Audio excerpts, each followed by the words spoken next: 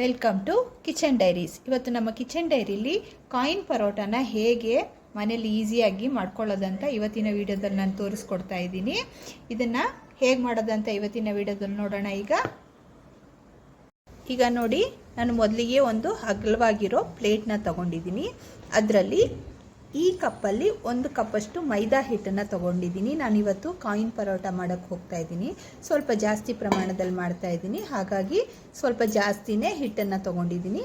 ಈ ಕಪ್ಪಲ್ಲಿ 1 ಕಪ್ಪಷ್ಟು ತೊಗೊಂಡಿದ್ದೀನಿ. ಇದಕ್ಕೇ ನಾನು ರುಚಿಗೆ ತಕ್ಕಷ್ಟು ಉಪ್ಪನ್ನು ನೋಡ್ಕೊಂಡು ಹಾಕ್ಕೊಳ್ಳಿ. ನಿಮ್ಮ ಟೇಸ್ಟಿಗೆ ತಕ್ಕಂಗೆ ಉಪ್ಪನ್ನು ನೀವು ಇಲ್ಲಿ ಹಾಕ್ಕೋಬೋದು.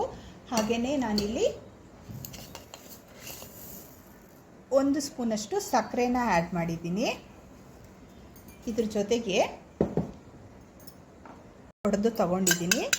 ಚೆನ್ನಾಗಿ ಮಿಕ್ಸ್ ಮಾಡಿ ಇದಕ್ಕೆ ಸೇರಿಸ್ಕೋಬೇಕು.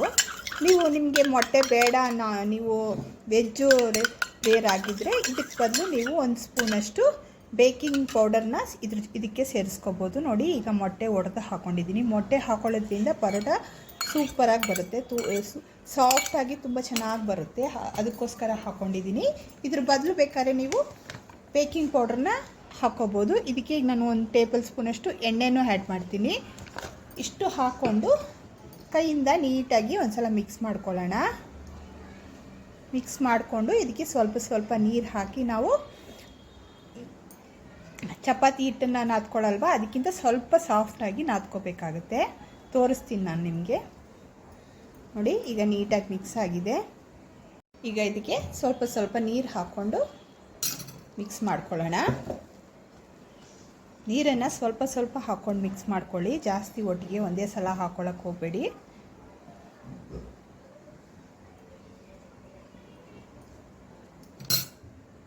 ನೋಡಿ, ಸ್ವಲ್ಪ ನೀರನ್ನು ಹಾಕ್ಕೊಂಡು ಮಿಕ್ಸ್ ಮಾಡ್ತಾನೆ ಹೋಗಿ. ಕೆಲವರು ಇದಕ್ಕೆ ಹಾಲನ್ನು ಸೇರಿಸ್ಕೊಳ್ತಾರೆ, ಅದು ನಿಮ್ಮ ಇಷ್ಟಕ್ಕೆ ಬಿಟ್ಟಿದ್ದು.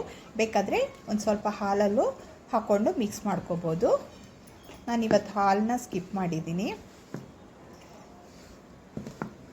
ಹಿಟ್ಟನ್ನು ಚೆನ್ನಾಗಿ ನಾದ್ಕೋಬೇಕಾಗುತ್ತೆ. ನೋಡಿ, ಹಿಟ್ಟನ್ನು ನಾದ್ಕೊಂಡಿದ್ದೀನಿ. ಸ್ವಲ್ಪ ತೆಳ್ಳಗೆ ನಾದ್ಕೋಬೇಕು. ನೋಡಿ, ಕೈಗೆ ಅಂಟೋ ಥರ ಇರುತ್ತೆ, ಪರವಾಗಿಲ್ಲ. ನೀವು ಒಂದು ಸ್ವಲ್ಪ ಹೊತ್ತು ಹೀಗೆ ಹಿಟ್ಟನ್ನು ಚೆನ್ನಾಗಿ ನಾದ್ಕೊಂಡ್ರೆ ಹಿಟ್ಟು ಮತ್ತು ಕೈಗೆ ಅಂಟ್ಕೊಳ್ಳಲ್ಲ. ನೋಡಿ, ಅದಕ್ಕಂತ ನೀವು ಪುಡಿನೆಲ್ಲ ಸೇರ್ಸೋಕ್ಕೆ ಹೋಗಬೇಡಿ. ಹಾಗೆ ಕೈಯಿಂದ ಹಿಟ್ಟನ್ನು ನೀಟಾಗಿ ನಾದ್ಕೊಂಡ್ರೆ ಒಂದು 5 ನಿಮಿಷ ನಾದ್ತಾ ಇದ್ದರೆ ಹಿಟ್ಟು ಚೆನ್ನಾಗಿ ಹದಕ್ಕೆ ಬರುತ್ತೆ. ಹಿಟ್ಟನ್ನು ನಾದ್ಕೊಳ್ಳೋದ್ರಲ್ಲೇ ಇರೋದು ನಾವು ಮಾಡೋ ಪರೋಟ ಸಾಫ್ಟ್ನೆಸ್ಸು. ಹಾಗಾಗಿ ಸ್ವಲ್ಪ ಚೆನ್ನಾಗಿ ನಾದ್ಕೋಬೇಕಾಗತ್ತೆ.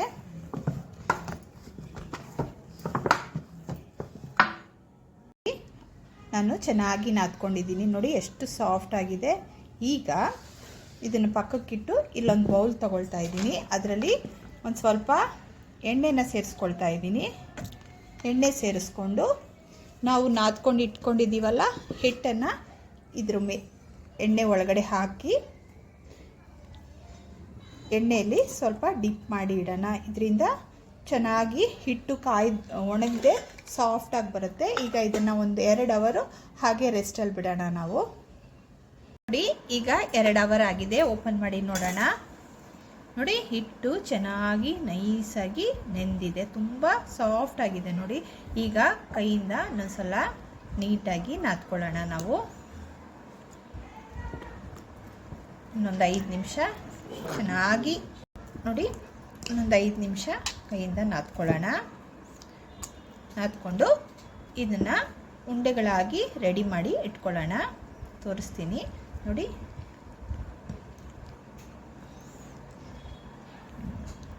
ಈ ಸೈಜಲ್ಲಿ ಉಂಡೆಗಳಾಗಿ ರೆಡಿ ಮಾಡಿ ಇಟ್ಕೊಳ್ಳೋಣ.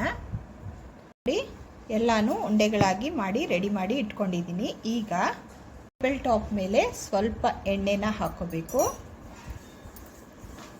ಹಾಕ್ಕೊಂಡು ಒಂದು ಉಂಡೆನ ಹೀಗೆ ತಗೊಂಡು ನೋಡಿ, ಕೈಯಿಂದನೇ ಹೀಗೆ ಪ್ರೆಸ್ ಮಾಡ್ತಾನೆ ಹೋಗಬೇಕು. ನಾವು ಸುಮಾರು ಹೊತ್ತು ನೆನೆಸಿಟ್ಟಿರ್ತೀವಲ್ಲ, ಹಾಗಾಗಿ ತುಂಬ ಸಾಫ್ಟಾಗಿರುತ್ತೆ ಹಿಟ್ಟು. ಕೈಯಿಂದನೇ ನೀಟಾಗಿ ಸ್ಪ್ರೆಡ್ ಆಗುತ್ತೆ. ನೋಡಿ, ಹೀಗೆ ತೆಳ್ಳಗೆ ಹೊತ್ಕೊಂಡೇ ಹೋಗೋಣ.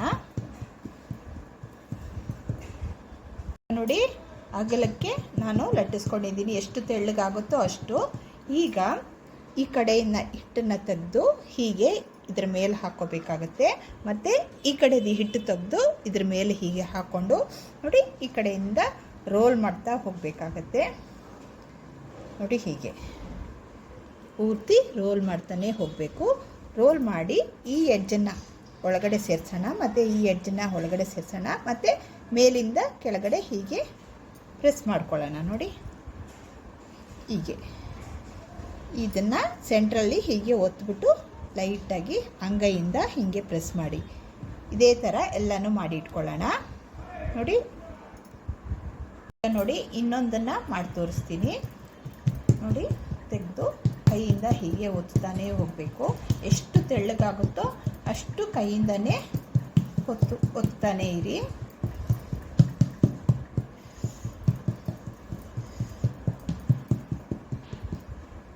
ಹೀಗೆ ಹೊತ್ಕೊಂಡ್ಮೇಲೆ ನೋಡಿ ಈ ಕಡೆದು ಹಿಟ್ಟನ್ನು ತೆಗೆದು ಇದ್ರ ಮೇಲೆ ಹಾಕ್ಕೋಬೇಕಾಗತ್ತೆ.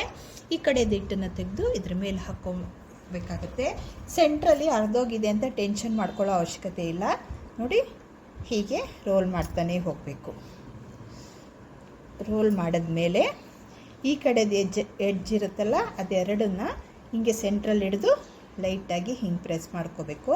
ಪ್ರೆಸ್ ಮಾಡಿ ಅಂಗೈಯಿಂದ ಹೀಗೆ ಲೈಟಾಗಿ ಹೀಗೆ ಅದುಮ್ಕೋಬೇಕಾಗುತ್ತೆ. ನೋಡಿ ಇದೇ ರೀತಿ ಎಲ್ಲ ಮಾಡಿ ಇಟ್ಕೊಳ್ಳೋಣ ನಾವು. ನೋಡಿ ಎಲ್ಲನೂ ಹೀಗೆ ರೆಡಿ ಮಾಡಿ ಇಟ್ಕೊಂಡಿದ್ದೀರಿ. ಈಗ ಇದನ್ನು ಒಂದು 1/2 hour ಹಾಗೆ ನೆನೆಯಕ್ಕೆ ಬಿಡೋಣ. ನೋಡಿ 1/2 hour ಆಗಿದೆ, ಹಿಟ್ಟು ಚೆನ್ನಾಗಿ ನೆಂದಿದೆ. ಈಗ ಪರೋಟ ಮಾಡೋದಕ್ಕೆ ಶುರು ಮಾಡ್ಕೊಳ್ಳೋಣ. ಅದಕ್ಕೆ ನಾನು ಈಗ ಸ್ಟವ್ ಮೇಲೆ ಒಂದು ತವ ಇಟ್ಕೊಂಡಿದ್ದೀನಿ. ತವ ಬಿಸಿ ಆಗಲಿ. ಈಗ ತವ ಸ್ವಲ್ಪ ಬಿಸಿಯಾಗಿದೆ. ಈ ಟೈಮಲ್ಲಿ ನೋಡಿ ತವ ಬಿಸಿಯಾಗಿದೆ. ನಾನು ಒಂದೊಂದೇ ರೋಲ್ನ ತೆಗೆದಿಟ್ಟು ಜಸ್ಟ್ ಕೈಯಿಂದ ಹೀಗೆ ಒತ್ತಾ ಇದ್ದೀನಿ. ಜಸ್ಟ್ ನಿಧಾನವಾಗಿ ಮಾಡ್ಕೋಬೇಕಷ್ಟೇ. ನೋಡಿ ಅಂಗೈಯಿಂದ ಒತ್ಕೋಬೇಕು. ನಾನು ಈಗ 3 ಮಾಡ್ಕೊಳ್ತಾ ಇದ್ದೀನಿ. ಇದ್ರ ಸುತ್ತ ಸ್ವಲ್ಪ ಎಣ್ಣೆ ಹಾಕೊಳ್ಳೋಣ.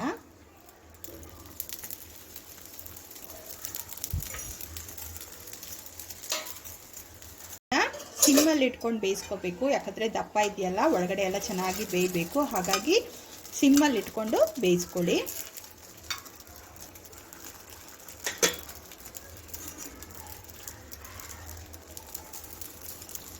ಈಗ 2 ಕಡೆನೂ ಚೆನ್ನಾಗಿ ಇದನ್ನು ಬೇಯಿಸ್ಕೊಳ್ತಾ ಇದ್ದೀನಿ. ಸಿಮ್ಮಲ್ಲಿ ಇಟ್ಕೊಂಡು ಬೇಯಿಸ್ಕೊಳ್ತಾ ಇದ್ದೀನಿ. ಸ್ವಲ್ಪ ದಪ್ಪ ಇದೆಯಲ್ಲ ಹಾಗಾಗಿ ಸಿಮ್ಮಲ್ಲಿ ಇಟ್ಕೊಂಡು ಬೇಯಿಸ್ಕೋಬೇಕು. 2 ಕಡೆ ಬೆಂದ ಮೇಲೆ 3 ಬೆಂದ ಮೇಲೆ 3 ಒಂದ್ರ ಮೇಲೆ ಒಂದು ಇಟ್ಟು ಇದನ್ನು ಹೀಗೆ ಸೈಡಲ್ಲಿ ಬೇಯಿಸ್ಕೋಬೇಕಾಗತ್ತೆ. ಸ್ವಲ್ಪ ದಪ್ಪ ಇರುತ್ತಲ್ಲ ಹಾಗಾಗಿ ಸುತ್ತ ಈ ಥರ ಬೇಯಿಸ್ಕೊಂಡಿದ್ದೀನಿ. ನೋಡಿ ನೆಕ್ಸ್ಟ್ ಬ್ಯಾಚನ್ನು ಇದೇ ಥರ ಬೇಯಿಸ್ಕೋಬೇಕಾಗತ್ತೆ. 2 ಕಡೆನೂ ಸಿಮ್ಮಲ್ಲಿ ಇಟ್ಕೊಂಡು ಚೆನ್ನಾಗಿ ಬೇಯಿಸ್ಕೋಬೇಕಾಗತ್ತೆ. ನೋಡಿ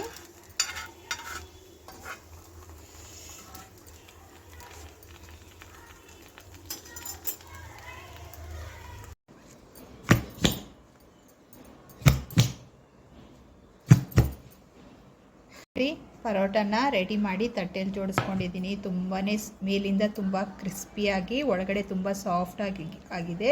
ತುಂಬಾ ಚೆನ್ನಾಗಿದೆ.